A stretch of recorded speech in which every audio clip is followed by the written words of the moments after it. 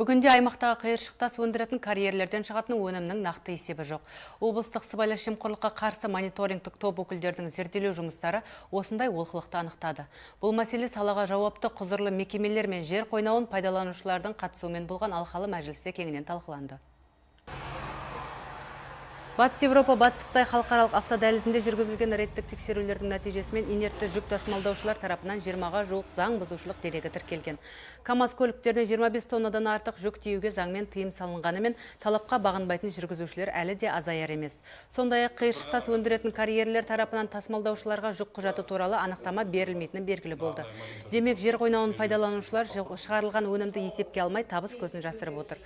Бұл ретте сыбайлас жемқорлыққа қарсы мониторингтік топ құзырлы орган өкілдерімен бірлесіп, рейдтік тексеру жүргізуді қолға алмақшы. Облыстың қазынасына түспей қалып жатқан қанша қаржы бар. Кәсіпкерлерінде құқық бұзылып жатыр мына жерде. Мысалы, уже мен енді не то что бір жаныма шығанда бар, екінші жағынан енді мыналарға да обал ғой енді. Олар да өзінің нанын тауып жүрген жүр. Серік Мұстафаұлының айтып отқаны рас.